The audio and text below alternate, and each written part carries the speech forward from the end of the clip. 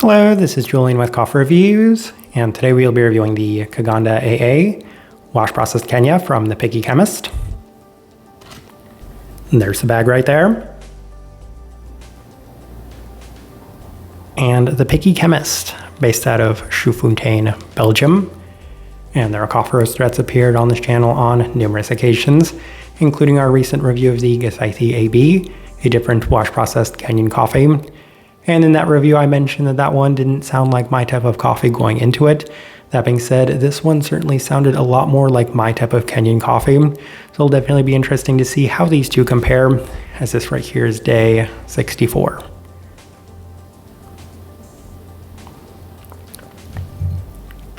And recipe we went with for this coffee was the Picky Chemist recipe, which is a 16.67 to 1 water to coffee ratio, brewed at 95 degrees Celsius, about 203 degrees Fahrenheit.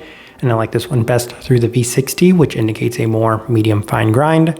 Roast profile for this coffee, once again, this one is also listed as one of their ultra-light offerings, which does skew pretty heavily on the extremely light side of things, as the Picky Chemist is one of the lightest roasting coffee roasters in the entire world. So you'll definitely call this one extremely light by most standards and metrics. With all that out of the way, let's go ahead and start discussing this coffee. Day 32, first impression through the V60, and the coffee was a slight bit more intense than initially expected, as it did offer a pretty nice level of sweetness with a softer but better defined peachiness, complemented by a lingering Kenyan quality, including some berry-like tartness to it, and plenty of the Kenyan-like herbal aspects in terms of the finish as well. So I would definitely say that it was off to a pretty nice start. And when I say the intensity, that's relative to the majority of more standard offerings that we have had from this coffee roaster in the past, as I definitely found that it did have a nice level of intensity to it. Day 36 through the Chemex, and the coffee is pretty similar this time around, as it does continue to have a nice level of intensity and a slightly sugary sweetness this time around. Pronounced but slightly subdued in terms of the brightness, as it does have some savory tea-like qualities as well, with more of the Kenyan-like stone fruit also presented, so this was definitely still another positive impression of this coffee.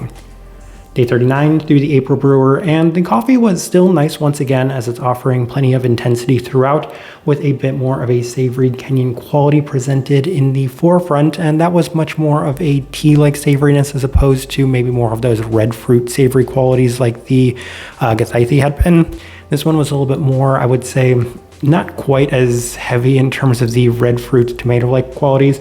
So as a result, I was definitely enjoying that aspect of this coffee more.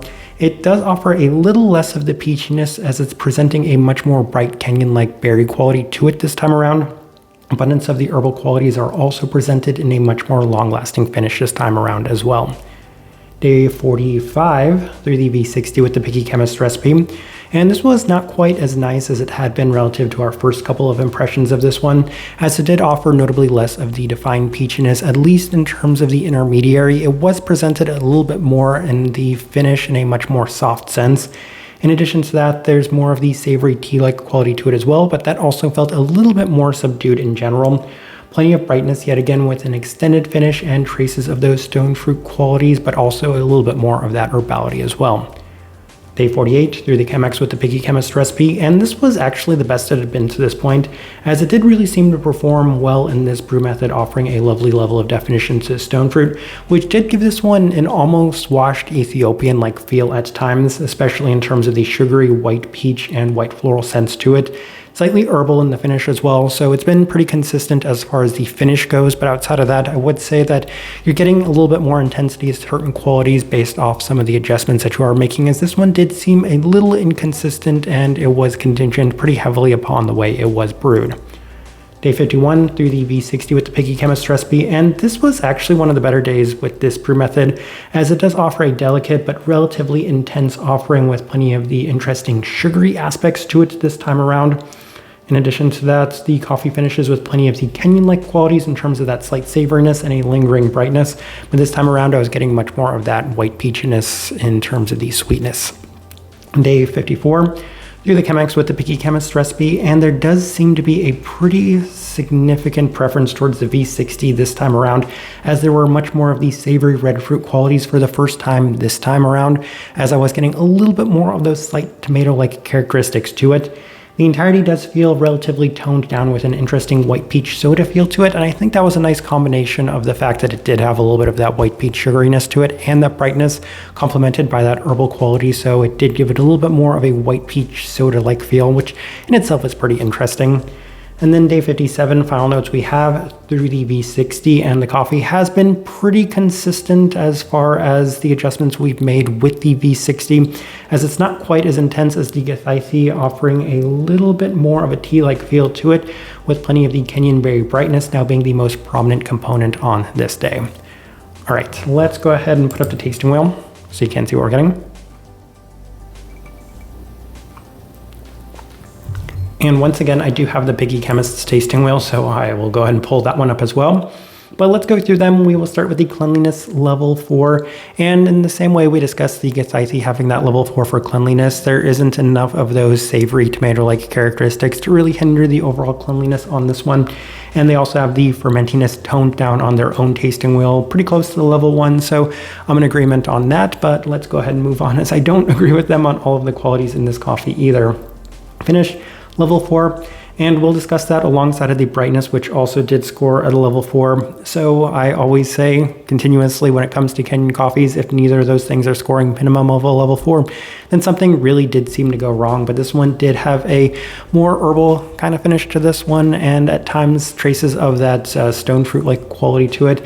In addition to that, a more savory tea-like finish to it, as opposed to a little bit more of that tomato-like characteristic for that Githaithi. So that was a much more enjoyable finishing attribute with this coffee compared to the other Kenyan coffee that we did have from them. But we're in pretty notable agreement on the acidity of these coffees, as they both did seem to be pretty bright, fully in line with the expectations of them. Sweetness, level 4.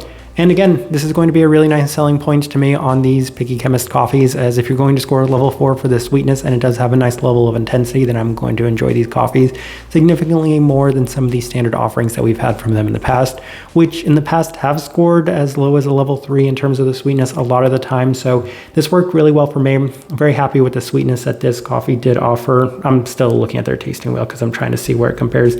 They have the sweetness somewhere between a 3 and a 4, so it feels like they didn't see this one as being quite as sweet as the Githaithi, and I can kind of see that, as I did feel like that one was a little bit sweeter than this coffee was. And let's go ahead and move on, berry fruit level 4.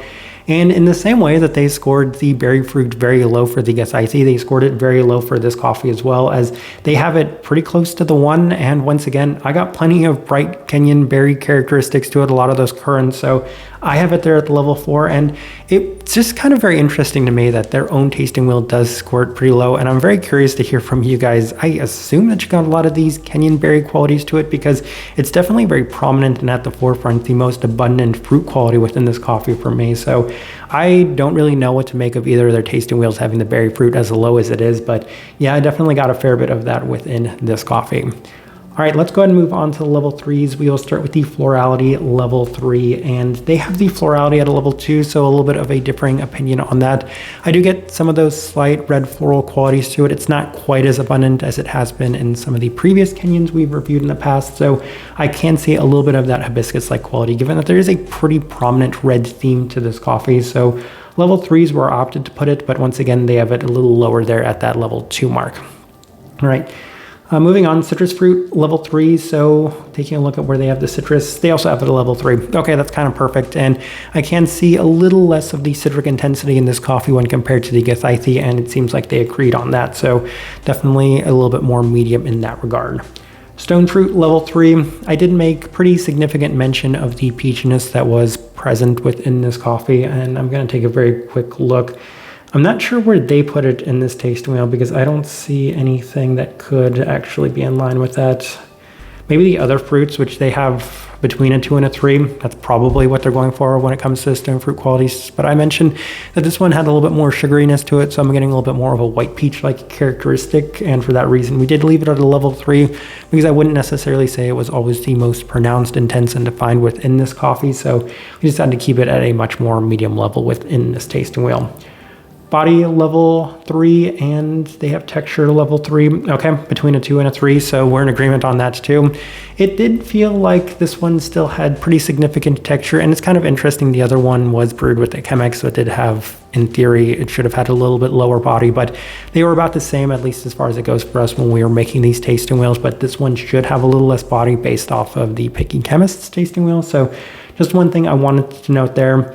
And then the final thing we're discussing within this tasting wheel is the savoriness level 2. And they have their umami characteristic, which I assume might be the tomato-like characteristic, pretty low there at the level 2. But I can kind of agree with that. In addition to that, there is the savory tea quality, which was much more of what I was getting from this one. There are very subtle tomato-like characteristics at times, but I wouldn't say they were anywhere near as pronounced as they were in the Gethithe. And for that reason, we did decide to leave it a little lower there at that level 2 mark. But outside of that, as I'm looking at this tasting wheel, I do think it is a pretty good representation of what I was getting from this coffee. But interesting once again that it does seem to differ a fair bit from what the Picky Chemist posted on their coffee. All right, so my overall thoughts and impressions of this coffee. I think I mentioned in the previous review that you probably preferred one of these Kenyan coffees a fair bit more than the other one, and it's not surprising that I did enjoy this one just a little bit more than the Gethithe actually, and that's kind of surprising to me because going into them, I fully expected to like this one significantly more than the other coffee. But I think what helped is that they were both pretty equal in terms of the sweetness and intensity, which both did perform higher than the average experience I've had from a lot of the Picky Chemist coffees in the past. And I mentioned in the previous review that I found their coffees to be easier to brew this time around, and that was the case with this coffee as well, as I did find some really nice results on the majority of the days that we were brewing this coffee, which is to say, once again, that this run of the Picky Chemist coffees has been better than the run of some of their coffees we've had in the past. This one, probably my favorite Kenyan coffee that I've had from them up to this moment, and that's not really surprising given that it did offer notably less of the savory qualities, while at the same time having a little bit more fruit depth to it, much more in line with my own preferences. Type of person I would suggest this coffee to. I think I need to start with the profile on this one because even though this one was a little bit more in line with my own preferences, it's still very light and it's not necessarily going to be the most in-your-face Kenyan coffees. I've said in the past that one of my slight guilty pleasures is that I don't mind a slightly more developed Kenyan coffee because it does give a little bit more intensity to the candied, more intense fruit qualities of them. But this one I found to be presented in a very nice and enjoyable sense, as it's once again a little bit more delicate and subdued overall. And as a result, a lot of the characteristics that are presented within this one are allowed to shine a little bit more, most notably the fruit qualities in it, thinking a lot of those stone fruit qualities at times, which can be a little bit more sugary and sweet in general.